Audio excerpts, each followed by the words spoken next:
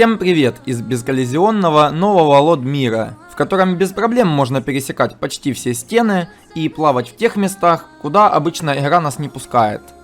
Этот мир не является отдельным миром интерьеров, также и не являясь нулевым миром, в котором мы почти всегда находимся, играя в GTA San Andreas. Это что-то между первым и вторым, так как иконки и карта с радара пропадают, словно мы находимся в интерьере. А вот в целом города выглядят словно из нулевого мира, но большинство текстур имеют дичайшее сжатие, а модели максимально упрощены, что именуется термином LOD – Level of Details. Скорее всего, это и отнимает у них коллизию, что дает нам возможность свободно перемещаться сквозь почти любые барьеры, будь то дома, деревья или даже поверхностная почва. Чтобы попасть в это странное измерение в игре, нам нужен прогресс игры после выполнения миссии Deconstruction, так как после выполнения этой миссии нам становится доступным обучение в лодочной школе после звонка Джетра. Далее нам нужно обязательно заиметь парашют, дабы обеспечить себя возможностью во время падения с высоты преодолевать большие расстояния на карте. И еще нам понадобится несколько гранат и бронежилет, но если ты бессовестный читер, тогда вместо этого можно обойтись читом на высокие прыжки. Ну и последнее, что мы должны сделать, это включить ограничитель кадров, чтобы CJ имел возможность всплыть, если мы случайно угодили под воду. Приходим в дом полковника Фурбергера, который, если что, доступен нам с самого начала игры. В доме полковника нет смещения позиции игрока относительно реальных координат по X и Y, поэтому самое проще использовать именно этот интерьер. Поднимаемся на второй этаж, приходим в самый конец коридора, кидаем гранату себе под ноги и через секунду прыгаем впритык к стене, для того, чтобы CJ подпрыгнул вверх, подняв руки, что происходит только если перед ним есть коллизионная преграда. А бронежилет нам нужен, чтобы без риска выдержать такой взрыв. Если все сделать в правильный момент, как показано на видео, CJ окажется на крыше интерьера. Но такой же результат можно достичь, если стать впритык к этому же концу коридора, развернуться на 180 градусов и прыгнуть, используя чит-код, который делает наши прыжки значительно выше. Появившись на крыше, готовим парашют и ставим точку на карте приблизительно чуть ниже карьера, а также проверяем, чтобы ограничитель кадров был включен. Прыгаем в сторону метки на радаре и летим, поджимая ноги, чтобы CJ преодолел максимум расстояния, прежде чем он приземлится куда-либо. По моим расчетам, такого прыжка с парашютом хватает как раз, чтобы долететь на берег, который по соседству с карьером, или в водоем перед ним. Приземлившись куда-либо, стремимся на ощупь добраться до середины ширины реки между Лас-Вентурасом и пригородом Лос-Сантоса. А затем ставим точки поочередно, доплывая к каждой из них.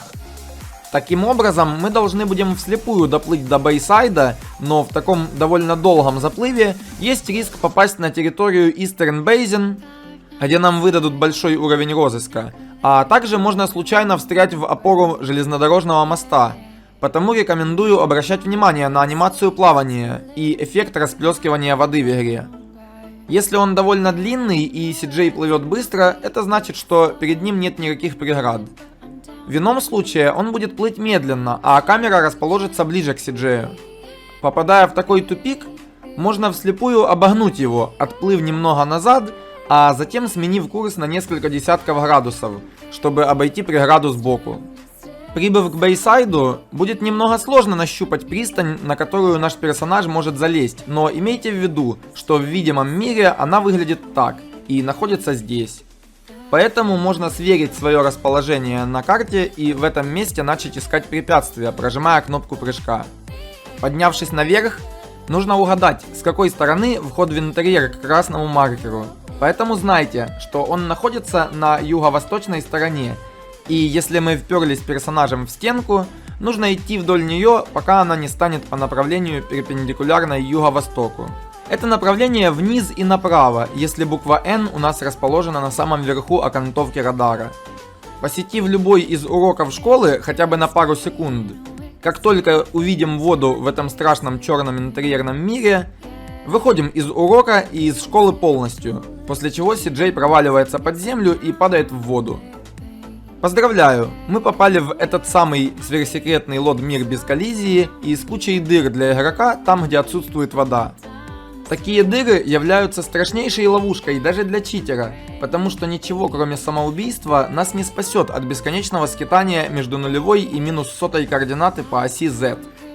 А после смерти нас вернут в традиционный нулевой мир Сан-Андреаса.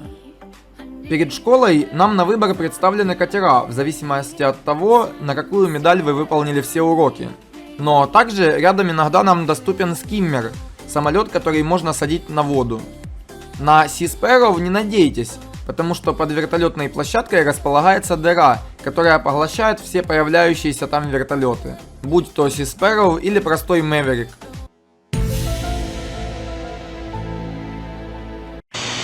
На корабле можно доплыть почти в любое место, где есть вода, за исключением северного водоема за дамбой Шермана и грязной реки в Back or Beyond.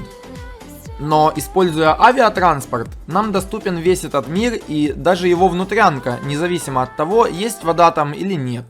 Если лететь под водой, внедрившись в водяной блок сбоку, самолет может прекрасно восстановиться на водяную поверхность, принудительно сбавив скорость. Почти такая же история и с вертолетом Левиафан, который появляется в аэропорту Сан-Фиеро, но сразу же падает на воду. Этот вертолет может дать нам возможность намного удобнее добираться в конкретные места и без его повреждений высадиться где-либо. Но выбор, куда высадиться вне воды, невелик, так как в данном мире почти нет солидных поверхностей. Я заметил, что эти поверхности варьируются, и прилетев однажды в осязаемое место в игре, в следующем таком путешествии оно может быть неосязаемым. Независимо от того, из какого мира интерьеров мы попали в этот лод-мир. Точно работающие поверхности при любом посещении этого мира – это поверхность внутри ангара в аэропорту в Лас-Вентурасе.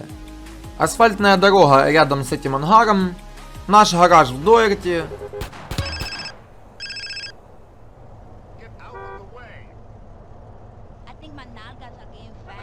Да.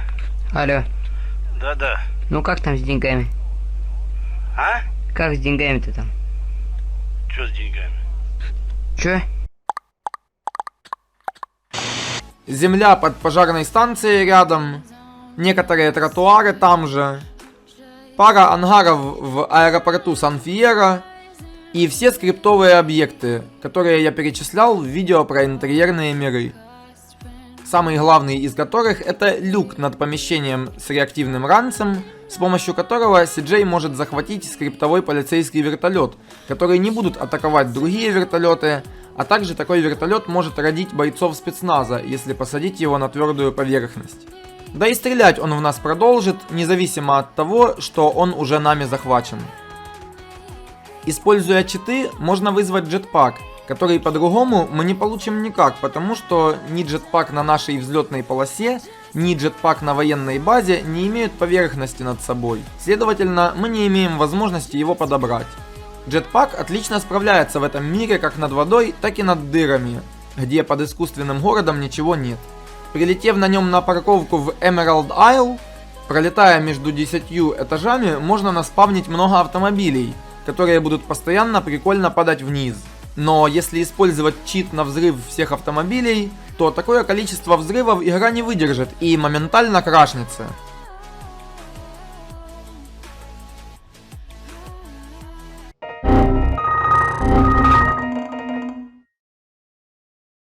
Трамвай, как и поезд, ездят без проблем, невзирая на отсутствие коллизии.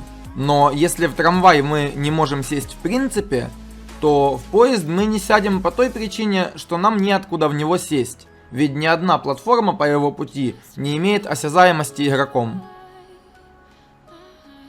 Автомобили также ездят по заранее указанным маршрутам до первого взаимодействия с игроком или с коллизией. Например, если в такой автомобиль стрельнуть, он сразу же начнет падать. Также он упадет, если он едет не по маршруту, а, например, в состоянии бегства или погони. Любое прикосновение может уронить автомобиль, даже если мы в этом не поучаствуем. И только лишь водный транспорт чувствует себя нормально. Корабли и катера спавнятся как обычно и плавают по своим маршрутам, не нарушая зону водяных блоков. Хотя не все. Что ж, надеюсь, вам интересно было узнать про вот это вот все. Если да, ставьте лайк этому видео и пишите комментарии, если заметили какие-то неупомянутые мной подробности об этом необычном пространстве. А я желаю вам интересных приключений в Сан-Андреасе. И до новых встреч!